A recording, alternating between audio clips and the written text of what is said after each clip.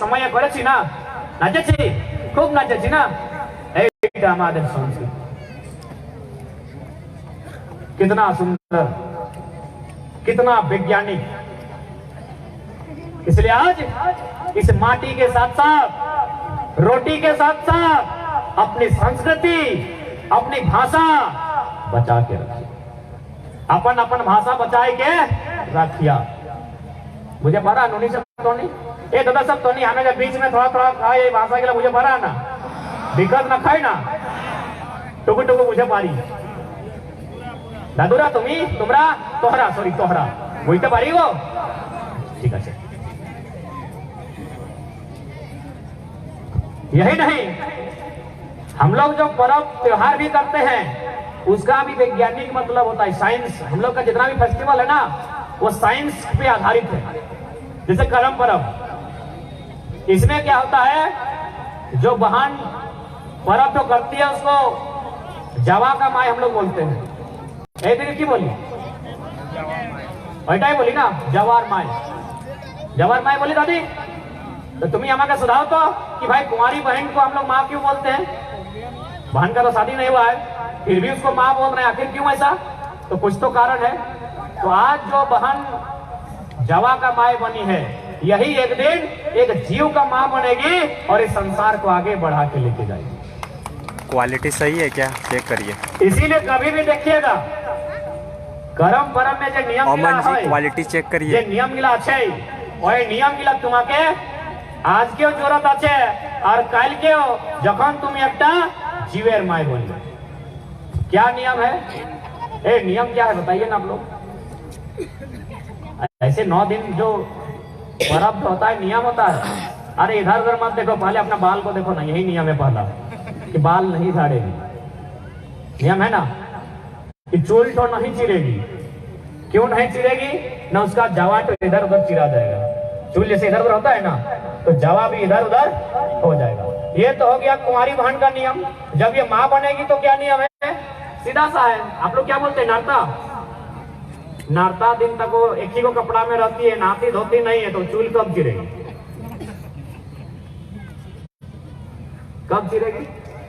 यानी हमारा जो नियम है वो सीधा सीधे विज्ञान आधारित है। इसलिए अपनी संस्कृति को भी बचा के रखिए। और साथ ही साथ जितने भी যে মানুষগুলা এখানে আসেছে তোমাকে আমি সন্দেশ দিতে যাই कि आजुर परे तुम्हारे एकटा आपको एक संकल्प लेना होगा कि चाहे अब कितनी भी परिस्थिति क्यों ना खराब हो जाए, बुरा से बुरा स्थिति क्यों ना हो जाए, किडनी बेच दीजिए, जमीन 1 इंच मत बेचिए। किडनी बेचेगा तो एक ही आदमी खराब हो सकता है। यदि आप किडनी बेचते हैं तो एक आदमी खराब होगा, जमीन बेचेंगे तो पूरा परिवार खत्म हो जाएगा। और एक बात, हमरा सबाई चासार छिला, हम सभी को पैसा से पैसा कमाना नहीं आता है। एक बात हमेशा याद रखिएगा, यदि आपको कोई जमीन के बदले 2-4 पैसा देता है तो पहले 4 बार सोच लीजिएगा, क्योंकि आप किसान के बेटे हैं। तुम्हारा किसान छिला पैसा से पैसा नहीं बना सकल है। अगर आप पैसा से पैसा बना लेते हैं, आप में यदि इतना हुनर होता पैसा से पैसा बनाने का, तो आदित्यपुर का मरिया में जो बड़ा बड़ा फ्लैट है वो आपका होता, जमीन आपकी है।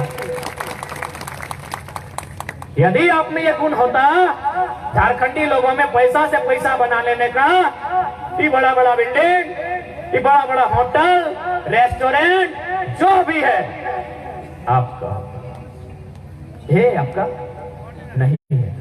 इसलिए इस बात को आप नहीं नकार सकते हैं, क्योंकि आप किसान के बेटे 1000 साल से आपने खेती किया है।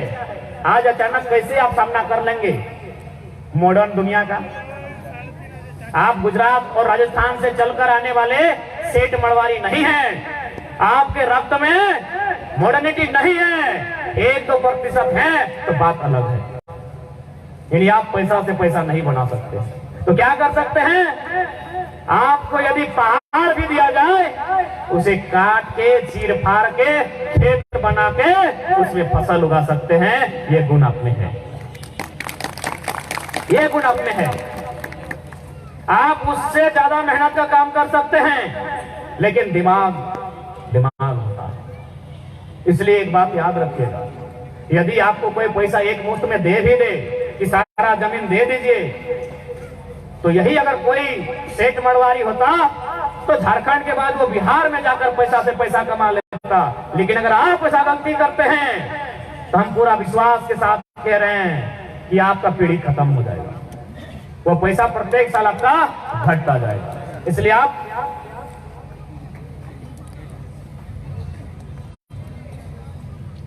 इसलिए आपको अपनी जमीनों का मान रखना होगा और स्पष्ट कह दें।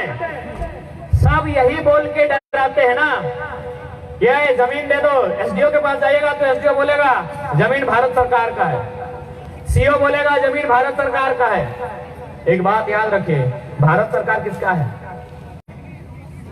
भारत सरकार किसका है? कौन दिया है वोट? कटा अकेले दिया है, अडानी दिया है वोट? वोट कौन दिया है? जनता। तो भारत सरकार जनता का है। इसलिए एक बात हम बार बार बोले, पहली लड़ाई हम लोग कागज कलम से लड़ेंगे। जब कागज कलम से बात नहीं बनेगा तो फिर ये निर्मल की धरती है।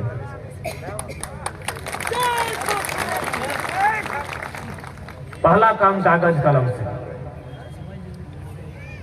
पहली बात कागज से हो। जाइए, जो हमारी जमीनों को अधिग्रहण करना चाहते हैं उनसे बात कीजिए। अरे इतना लोग तो बहुत आए हैं, 50-60 को उठ के जाइए एसडीओ के ऑफिस में, कान खींच के बाहर लाइए, क्योंकि वो नौकर है आपका। एक डर हटाइए। वो खुदे लिखा है ना, अपना जो नंबर प्लेट में, जो सॉरी अपने घर का प्लेट में लिखा है ना, कोई आईएएस लिखता है, कोई आईपीएस लिखता है ना, कोई जेएस लिखता है, कोई जेपीएस लिखता है। तो एस का माने क्या होता है? सर्विस। तो सर्विस किसका? जनता का। पैसा लेके करता है तब उसको सेवा भी नहीं कहेंगे। जो पैसा लेके करता है उसको नौकरी कहते हैं, नौकरी करने वाला को नौकर कहते हैं। एक लाइन में जाइए, उसको बुलाइए और बोलिए, जिस किताब को पढ़ के आप यहां तक आए हैं, खोलिए उस किताब को पढ़ना, भारत का संविधान, और दिखाइए कहां लिखा है ये जमीन भारत सरकार का है। भारत के संविधान में पूरे 395 के मूल 395 अनुच्छेद, कुल मिलाकर 470 हो गए होंगे आज तक। कहीं नहीं जिक्र है कि भौतिक संसाधनों पर स्वामित्व सरकार का होगा, बल्कि भारतीय संविधान आर्टिकल 39B में लिखा हुआ है कि भौतिक संसाधन पर जन समुदाय की भागीदारी होगी और समान वितरण होगा। भौतिक संपदा यानी